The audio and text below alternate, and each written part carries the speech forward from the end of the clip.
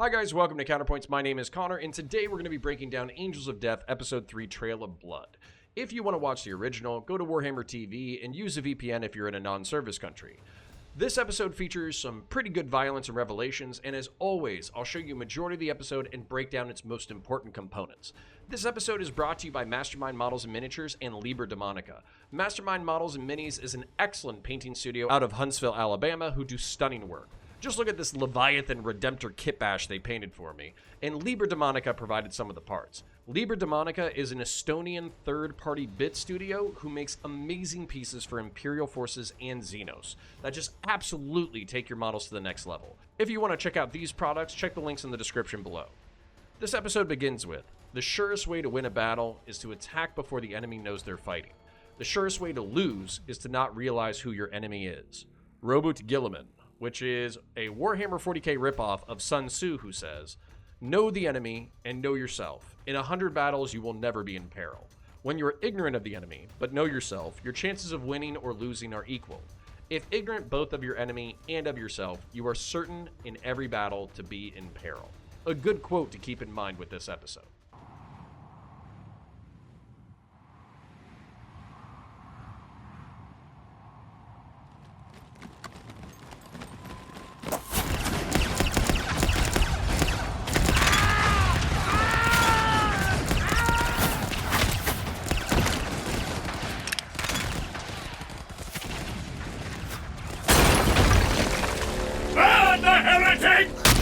Kill the mutant!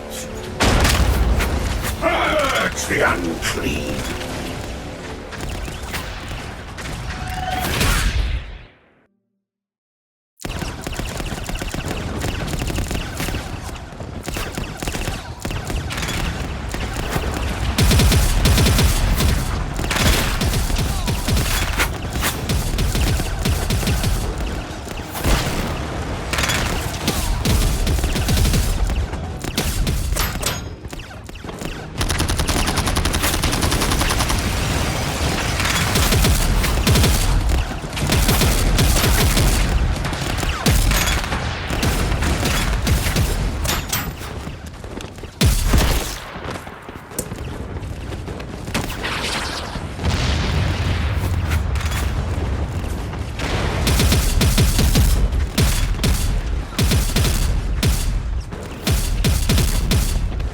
We're almost to the beacon.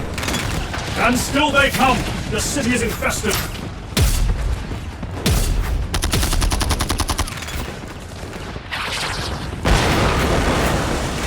Xenos must have overthrown the ruling powers years ago.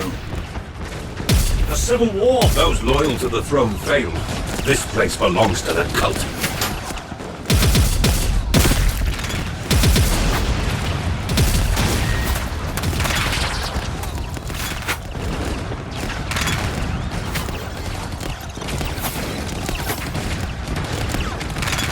Brother Melchior, cleanse us a path! Your will, Brother Sergeant!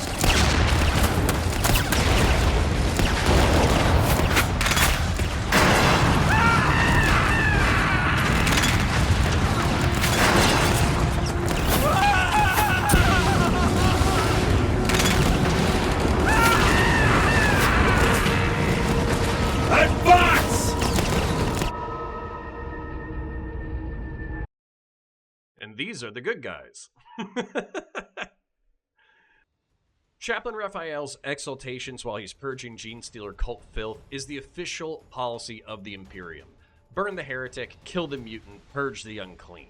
His bloody rage is justified because while it is not shown in this series, it's clear that this entire planet has been butchered by the cult.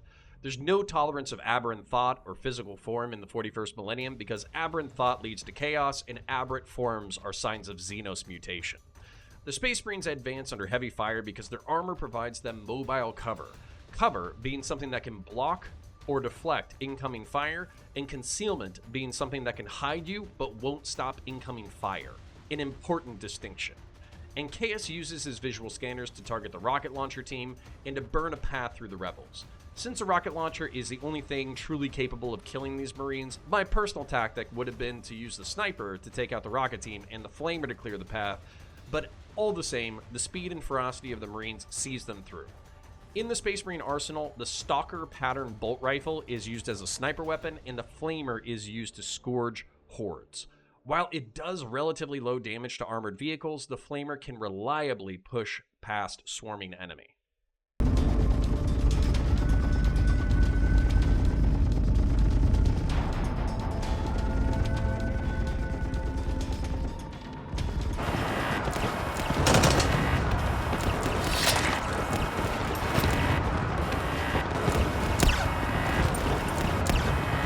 Hostiles in the loading hold! We cannot...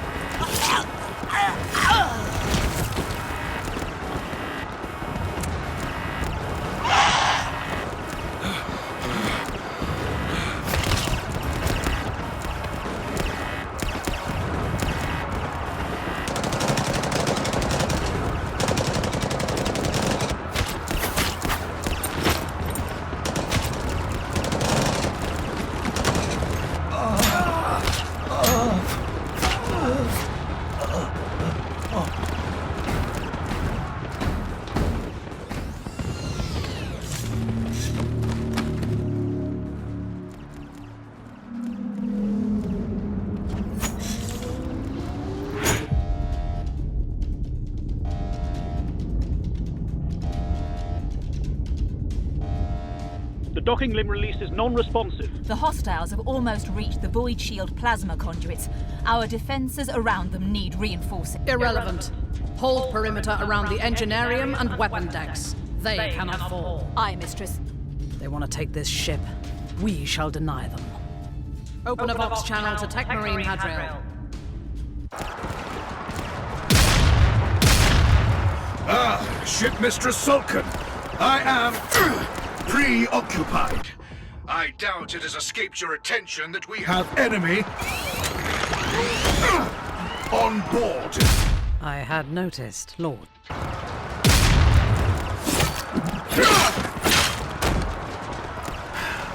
Speak. The enemy is attacking through the loading bay. We cannot break from the tower. The docking limb must be disengaged, but the anchor release is not responding. Compliance. I shall see to it. Picked feed to the loading bay established, Ship Mistress. It's distorted and intermittent. Show me.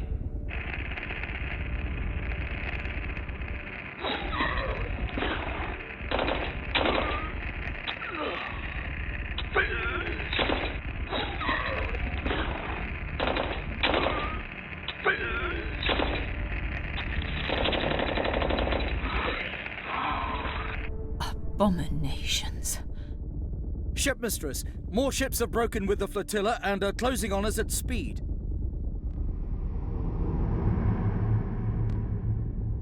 Unleash our broadsides. Burn them from the void.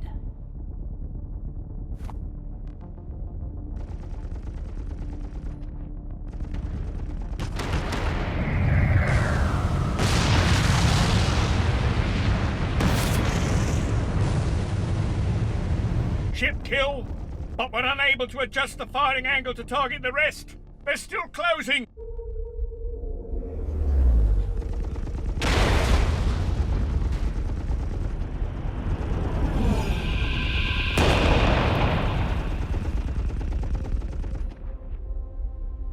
They are maneuvering to board us.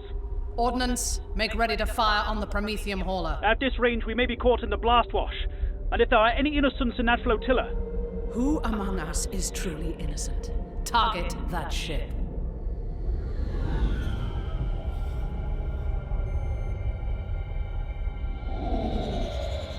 Prow battery ranged and loaded.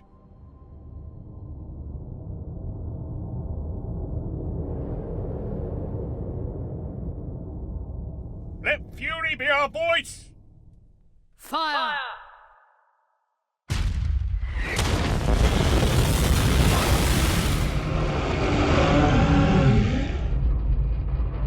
All hands, make ready, brace!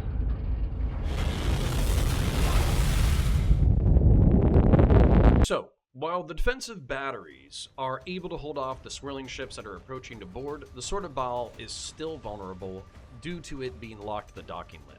The naval armsmen do their best to repel the boarders, but considering the limitless numbers of the cult, they can only do so much, which is why Hadriel's actions are both important and beautiful. I always expect a servant of the Mechanicus to be robotic, but Hadriel maintains his fluid and noble prowess as he spins his power axe into multiple opponents. In order to delay the swirling ships, Captain Sulkin destroys a Prometheum hauler and overrides protests with "Who among us is truly innocent?" As we saw in the Angels of Death prequel episode Kill Command, Captain Sulkin holds the honor of her ship and of the Blood Angels above any human life, and will willingly sacrifice all innocents and crew to deny the enemy. The explosion is visible from the ground battle, but the troops see the swirl of gunfire, meaning the Sword of Baal is engaged and not yet destroyed. They make to the crash site and begin their investigation.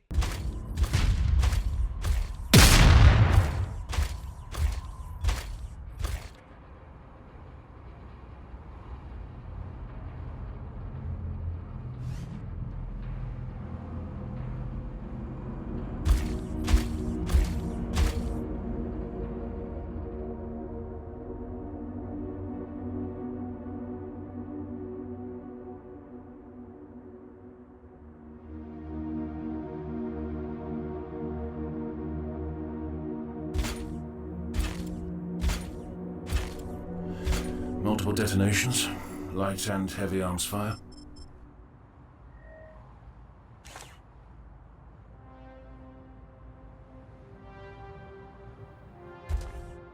Overwhelming close assault. They were ambushed.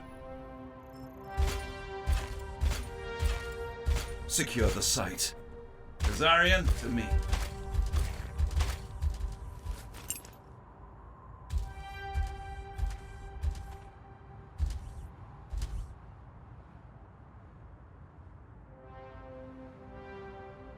Brother Leonas. He fought and died well.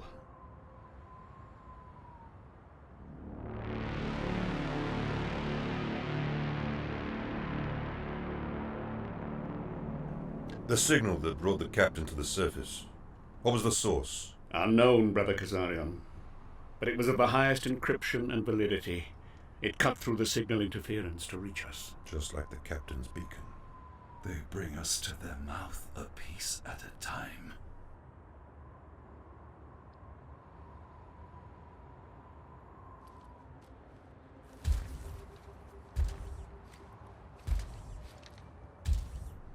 The attack did not begin here.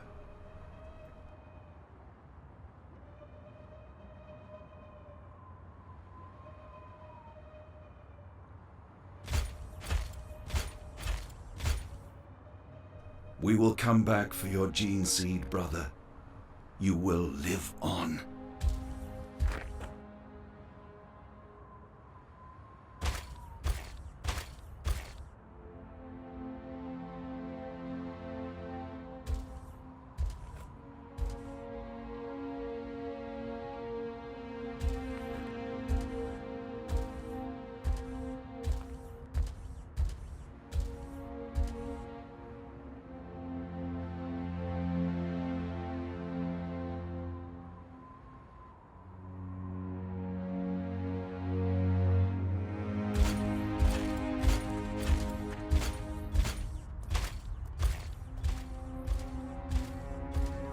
Buried under such filth.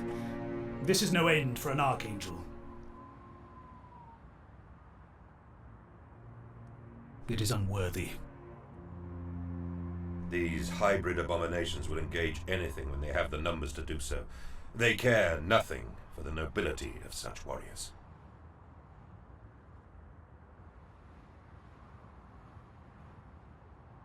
They moved to this tunnel opening to shelter from the weapons fire. No, they were trying to get out of the tunnel to reach the Thunderhawk. Better to face the enemy in the open than to die in the shadows with your back against the wall. But why would the captain move from the gunship in the first place? Because there was someone else here. Tell us what you see, Brother Kazarian. Look for yourselves.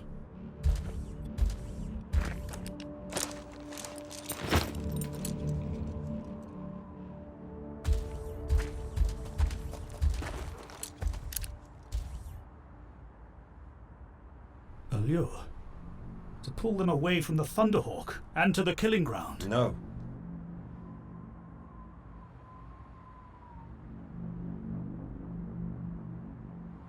They were protecting it. That makes no sense. It does if the servitor came to meet the captain. Servitors seldom act alone.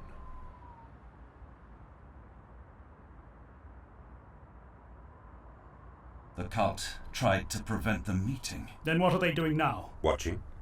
Waiting. You know their nature well.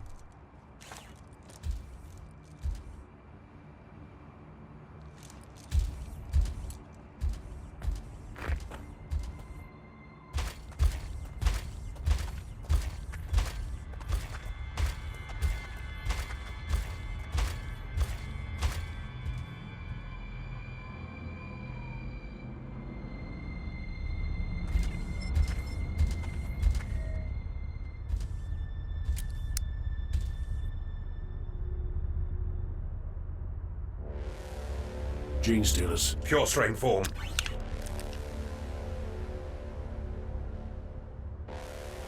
Maintain utmost vigilance. This is a foe that can lay the strongest of us low.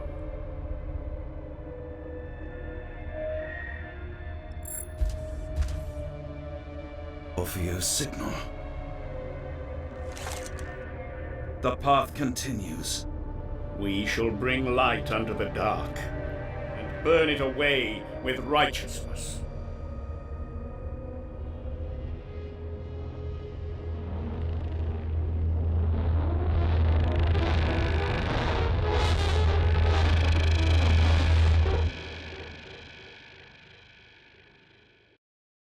The reason the Marines find the loss of the Terminators and the Thunderhawks so disturbing is because Terminator armor is granted only to company veterans, is nearly impregnable, and each suit is rumored to contain a sliver of the Emperor's own armor. It is only the strongest opponents who can bring down Terminators, meaning that these Marines know they're way in over their heads. Kazarian is ribbed for his intimate knowledge of the Gene Stealer cult tactics, which brings us back to our Sun Tzu quote. The Imperium views those who know their enemy too well as potentially traitorous. Just because this is a paranoid way of thinking doesn't mean that they're incorrect, as we saw in the Hammer and Bolter episode, A New Life. And that's it for today. Like, share, subscribe, ring the bell so you keep up with all our fresh content. Comment for the comment gods. If you can't think of anything else, go ahead and put that in the section below. Check out the Discord and the Patreon if you're so inclined. And today we're going to be shouting out our Patreon members. Ramiro Gallegos, Kevin Rapp, Leo, That Rye Guy, Adam Dean, Lesser, Garbage, Christian Stafford, Ellis Hayward, Miles, Keo Deos Fetas, Thomas Concepts, Column, Chris Alberti, Chad Griffith Cassine, Tom Kai, Ruben, Sean Robertson, Crabsgo Pinch, Brian Garner, Eric Hankey, and Silent. Thank you for many of these members for sticking with us as long as you have. If you would like to join the list below, please go ahead and do so at patreon.com/counterpoints. Catch you in the next one.